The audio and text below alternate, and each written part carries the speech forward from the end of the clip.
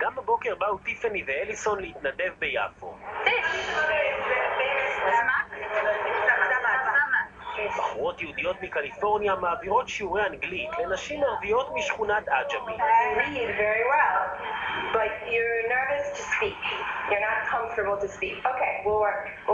התלמידות היו מופתעות בתחילת הפרויקט. גם הן לא הבינו מה מביא בנות יהודיות להיפגש איתנו ולנסות לסייע באנגלית.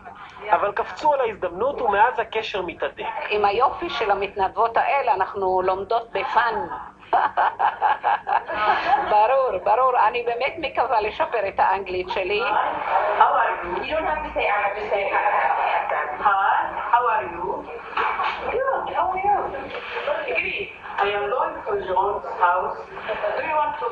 זה יהדות, תיקון עולם, תיקון האדם, צדק חברתי, זה התרבות שלנו.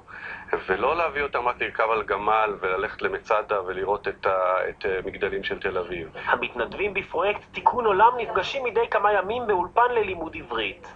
אני לא יודעת כמה עולה כרטיס יסרת. את רוצה לדעת כמה עולה כרטיס יסרת? את רוצה לדעת? לא. בסיום השיעור כל מתנדב חוזר למשימה שלו. קייטי ומורגן נפגשות עם ילדים בבית ספר תיכון בדרום תל אביב. I keep having to kind of pinch myself that I'm in Israel, that I'm able to volunteer. I think that this is really the best way to improve and strengthen diaspora and Israeli bonds. כל הצעירים גם מתגוררים בשכונות שהם מתנדבים בהן כדי להכיר טוב יותר את הנפשות הפועלות. חלק מבוגרי הפרויקט אפילו נשארו בסיומו בארץ. הם מספרים שבאו כדי לתרום, אבל מרגישים שישראל תרמה להם יותר.